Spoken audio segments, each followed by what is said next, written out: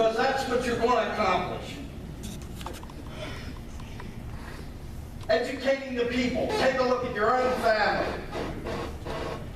How many of you in this room have family members that are staunchly liberal? Yeah. All right? How many of you have had political conversations with them? How many of you have converted them to being fierce liberty activists? If you can't convince your own family members of the righteousness of your cause, how do you think you're going to convert strangers? And then along with the education theory, you have people out there that feel, okay, well, if we just educate the public on our issue, we'll send a letter. Think about it. What, 12 million of population in over 12.7 million in Pennsylvania. And even if you only did 5 million households, sent a letter to just 5 million households, and you got the best postal rates, it's still going to cost you $1 million to send that letter. And you're going to write the best letter in the world that you feel is going to convince the people to your cause. You got to decide who you're going to send it to. And even if you're a genius, what do people do with junk mail? You know, they throw it out. If only 95% of the people throw that letter out that you spent all this money to send out, you're a genius if only 95% throw it out. Well, if they don't read the mail, then I'll blog about it. And that, we all know how useless that is. So the education theory is attractive. It's easy. It's not controversial. You may have fun writing the letter, but it's soft and it's safe. Education should be the servant of mobilization. That's where we need to be, mobilization. Politics is a numbers game. It's all about how big is your list. When you get angry that they're putting a tax increase on you, it's fine for you to call up and put pressure, but you want to have a list of thousands of people that when you send the email out, it's going to put tremendous pressure on them. I live in a county with 250,000 people. Right now, our list is 17,400 people. You think they don't feel it when we send out an email telling them to call one of the county councilmen? You're darn right that they feel it. So let's take a look at this. We're going to look at this like it's a general election. I'm going to give you an idea here of how effective you can be. So you can be like Dave when he first got involved in 2008, and I was a complete idiot, and I did not know how politics worked. So with my own money, I bought all this literature, and at every door I started leaving literature for my preferred presidential candidate. So what I was doing was, I was handing out literature to the universe. Everybody that lived in my precinct. So that represents 100%. So what do we need to win? Is it 50% plus 1? Normally we ask questions, but I'm limited on time, so no. We don't need 50% plus 1. Why? Only 60% of the people are eligible to vote. Who's not registered? Who's not eligible? Minors, right? Under 18. Aliens, whether they're illegal or not, they're not allowed to vote. Felons, at least in my state, Maryland, they're allowed to vote now. So now we only need 30% plus 1 to win, right? If only 60% are eligible. Well, that's not right either. Because of that 60%, only 40% are actually registered to vote. And what about those other people, from those that are eligible to those that are registered? Do we waste time there? No, we don't, because those people are not registered because they don't care. And if you get them registered, they're probably not going to vote because they don't care. So now, what do we need to win? 20% plus 1 in a general election? No, we can even go down farther here. Because only 24% of this whole universe actually vote. Only 24%. All right? So you see what an idiot I am going and putting flyers on every door in my neighborhood. The money I wasted, the time I wasted. So what do we need to win now? Is it 12% plus 1?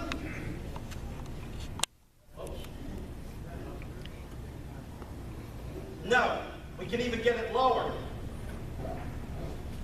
Because out of that group, 8% are on the Democratic plantation. They're going to vote Democrat no matter what. So you don't waste those time with those people. It makes no difference if it's a socialist like Bernie Sanders, they're going to vote for him. They're on the plantation. And then we got 8% that are on the Republican plantation. Even though that candidate might only support 40% of your views, you're still going to vote for him because he's the lesser of two evils. So you're on the Republican plantation. And then we have the 2% who are going to vote third party. Constitution Party, Libertarian Party, Green Party, and you know what? Those votes don't count. So what we have left in the middle, out of the 24%, is 6% who are single issue voters, who, if they're concerned about guns, and there's a candidate out there that really is going to support their Second Amendment rights, they're going to vote for that person no matter who they are. This is the sweet spot that we want to be. At this 6%. And it's your job to figure out who they are in between election cycles. So what it takes to win is 3% plus 1. In a primary, we're working over here with this 8% in the primary, and we're working here with these single issue voters.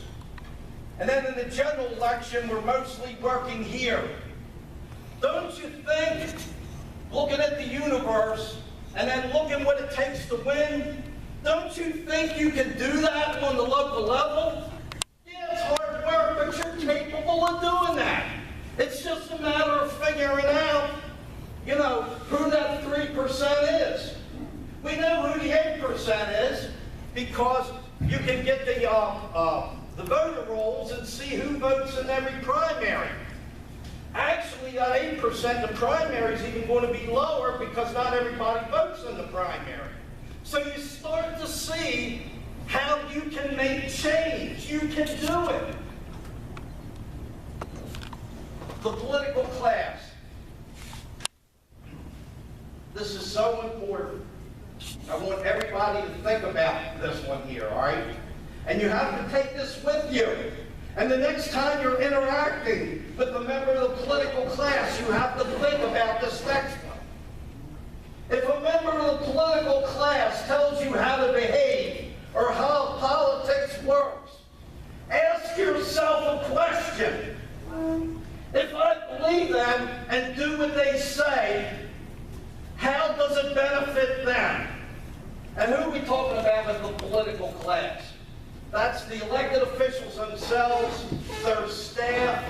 It's down the Capitol, it's the lobbyists. etc. So if a member, let's repeat this, if a member of the political class tells you how to behave or how politics works, ask yourself, if I believe that and do what they say, how does it benefit them? Ron's been through this. Ron Boltz. Oh, Ron, you got really good ideas, but now's not the time right now. I'll expend too much political capital if I can get behind you on this one. But Ron, overall I'm a good guy,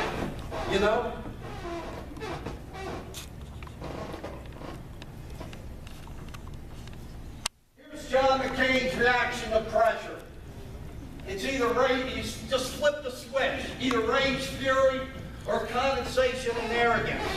If you've studied his political career, you know how it is. We have this up there because politicians' behavior is predictable. We know what they're going to do. They're just like Pavlov's dog. They respond to two stimuli, pain and pleasure. When you approach the politician, the first thing they want is for you to go away. You ever notice? We'll pass all the renaming of the post office in the world, or congratulating the Little League team, all right? But they do everything to avoid the hard vote. That's because they don't want to get on the record and then you hold them responsible. They want you to go away and they want to give you as little as possible.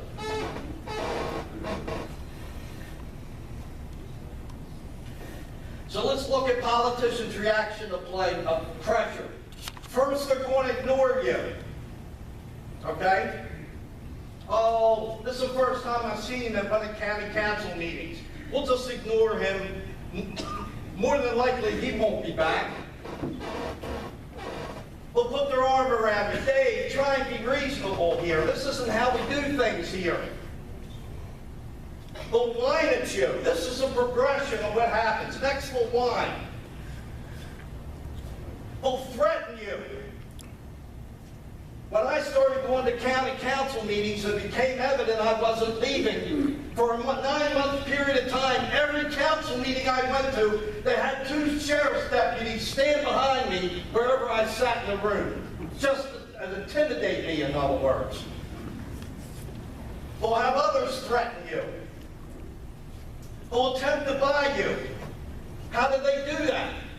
Well, in my county, we had a successful Tea Party. And so the county councilman goes to the head of that Tea Party, Tony Pizarro, says, Tony, man, you guys got a lot of great ideas. I understand what you're saying about how in different departments we can combine resources and everything. I'll tell you what, Tony, I want to make you head of our budget commission. And the next 9 months study where we can save money in the budget. So what's Tony do? Tony busts his rear end for the next 9 months, comes up with 28 recommendations of how the county can save money. And not one of those recommendations was ever implemented. But you know what? For 9 months, Tony didn't work on his Tea Party group, and the Tea Party group fell apart. So they will actively try and buy you out like that. And then finally, if you exert enough pressure, they may vote your way. If they do, rejoice. If any of these things happen, any of them, rejoice. And double down, because you're having an effect on them. So a minute ago I mentioned how they were, politicians are like Pavlov's dogs. They react to 2 stimuli, pain and pleasure. Pleasure, good press, public praise, being the center of attention. Oh man, walks into the room. Good to see you again. Good. Hey, how's the wife? How's she been, man? Hey, how's your grandkids, man? You know. Right? The center of attention. We've all seen it. Thank you so much.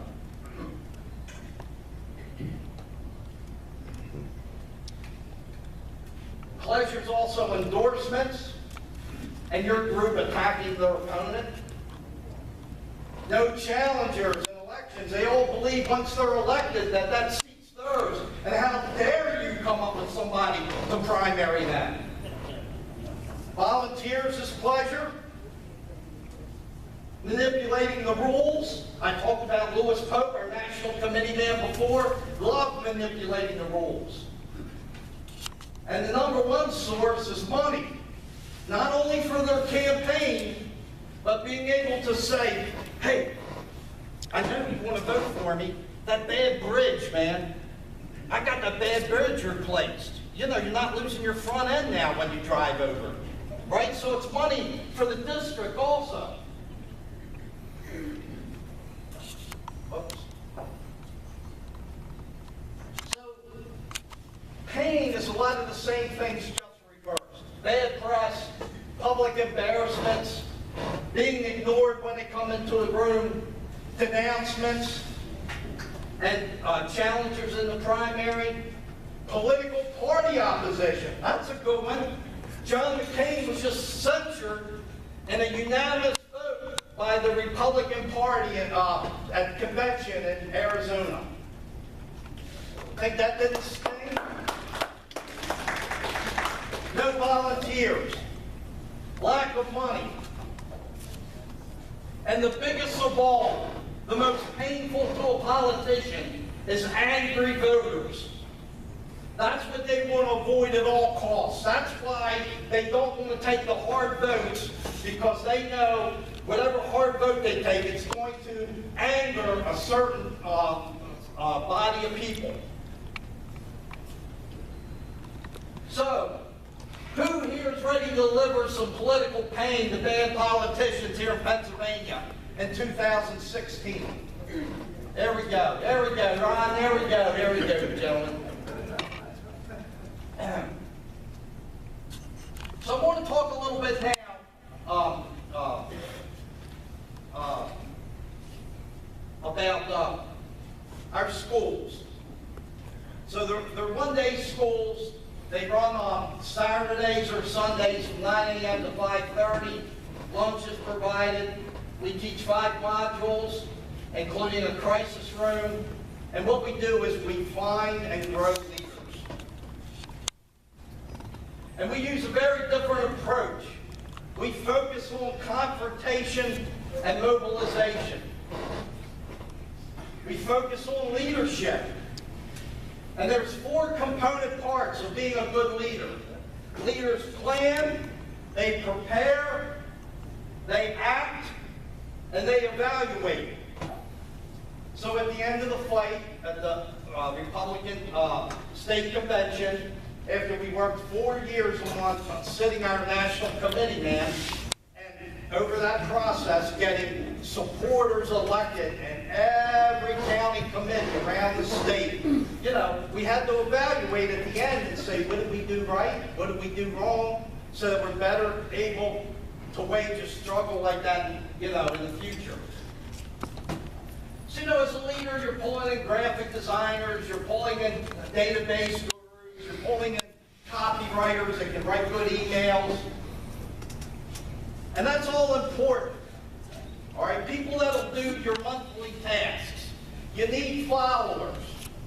But what we're lacking more than anything in this country right now is good quarterbacks.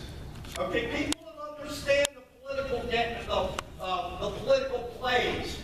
They can run the play. They know what everybody's job is. They have short and long-term vision, and they can train others. It's not just about the training. It's also coaching and mentoring. From our schools, Ron will tell you, I've been on the phone numerous times with him and Dean. We have strategy sessions. What we do is, when people attend our schools, we help them get new groups off the ground. We do this all over the country. And then groups that are stalled, we help them pick the flights, etc., to move their group farther down the road.